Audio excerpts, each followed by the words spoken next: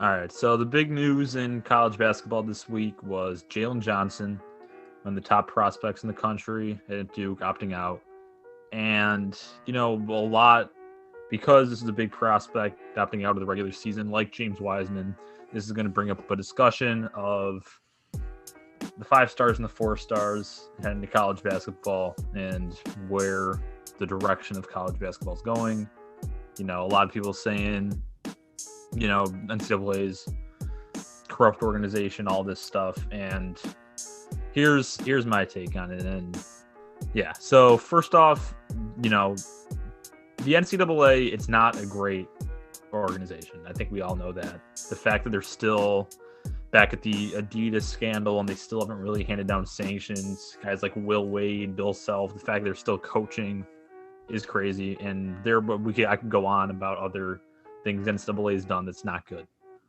But there's paying players, all of that. But I do think that college basketball has been, for a while, it's been a good, way for players to transition from high school to college. And except for the select few that do have the ability to go right to pro or right to, to a professional league somewhere in the world, college basketball, everybody should take advantage of it. So, I don't think the NCAA is great, but I do think college basketball is the way to go for most prospects. Now, for those few, the ones that go to the G League now or overseas, I'm perfectly fine with that. I'm perfectly fine with them. Weed them out. We've seen guys like Ben Simmons, who clearly didn't want to be at LSU, said he didn't want to be at LSU. Other guys like that who just show up, do their thing for a year and then leave. And if you take those players out, guys like Green, Kuminga, Daisha Nix, that are all going to the G League, I think that's fine. I think that takes out, the top guys and, really narrows it down to, the 5 stars that do want to play college basketball and the 4 stars and the 3 stars. So I think you let them go overseas. But I think the talk about college basketball is dying, college basketball is dead is awful. And it's not going anywhere because you still have 98, 99% of a high school senior class going into colleges to play basketball. And I think it's actually, in my opinion, beneficial for the sport to let these guys go. So I think it less one and dones. You're still going to have one and dones, but you're going to have more guys staying, and it's going to lead to, more team chemistry.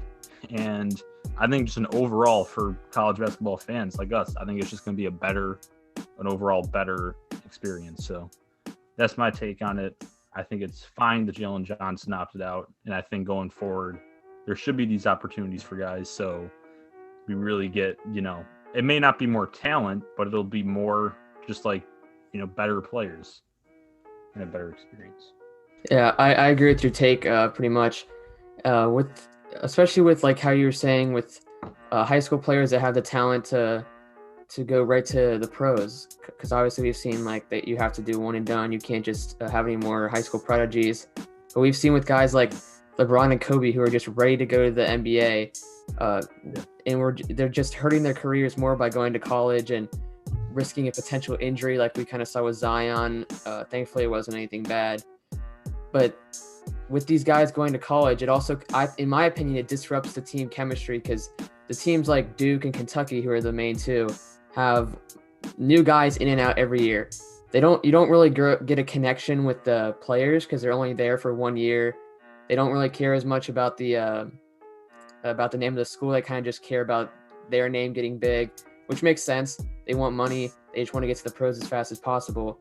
But it's not a great like community and environment for the team. And it, like we see with Jalen Johnson, obviously he opted out for the rest of the season. And for Duke, it's just continuing to prove this point that we have going forward with letting players just go to the G League, like we see with Jalen Green and Kuminga.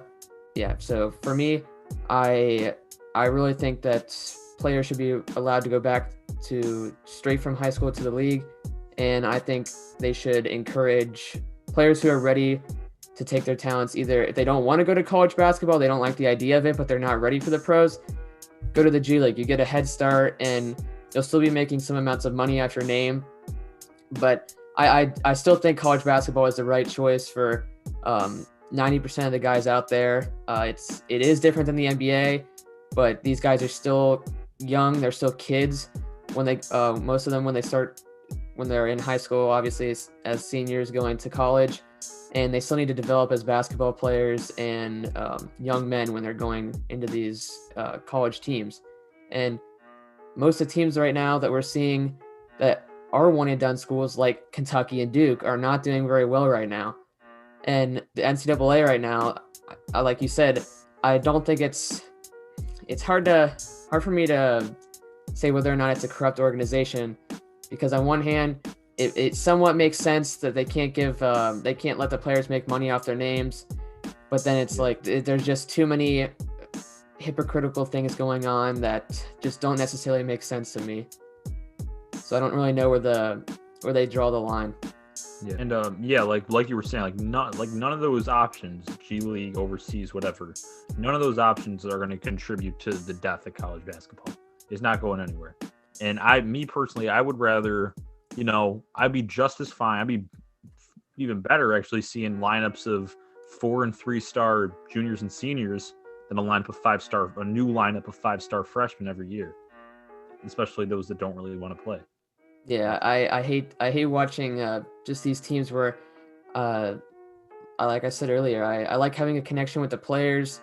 Thankfully, at Indiana, who I watch the most, usually they have guys who stay there for three years at least, maybe 4. But when you get a guy like Romeo Langford who comes in for 1 year, isn't the most likable guy and doesn't do much for the team, it kind of just confuses. It's confusing, and personally, I don't like it, and I think that's an example of a player who should have gone to the G League instead. You could tell he didn't really want to be in college basketball, and I think you have a good point by saying people could be overreacting to think this is the death or the downfall of college basketball, because all the players are going to go to the G League and all the players are going to go straight to the NBA because they think they're ready. But I think that's just silly to think of, because there's still so many people and so many guys who are going to play college basketball and who just know it's right for them. And I mean, when you think about it, you can't have even 25% of the players going to college go straight to the NBA or the G League. That just doesn't statistically work. For more creative, informative, and high-quality sports content, make sure to follow Phenom on TikTok, Instagram, and Twitter, as well as all of the Phenom podcast channels for each sport. The link tree in the episode description includes a direct link to all of the aforementioned platforms, so click on that to access everything. Phenom boasts a team of over 100 youth contributors from around the world, covering every sport on every media platform. If you are interested in potentially joining the Phenom team as a writer or content creator, send an email to cole@phenommedia.net showing your interest. If you enjoyed the video, make sure to like, comment, and subscribe so we can grow the channel. We really appreciate it. Thanks for watching, and see you next time.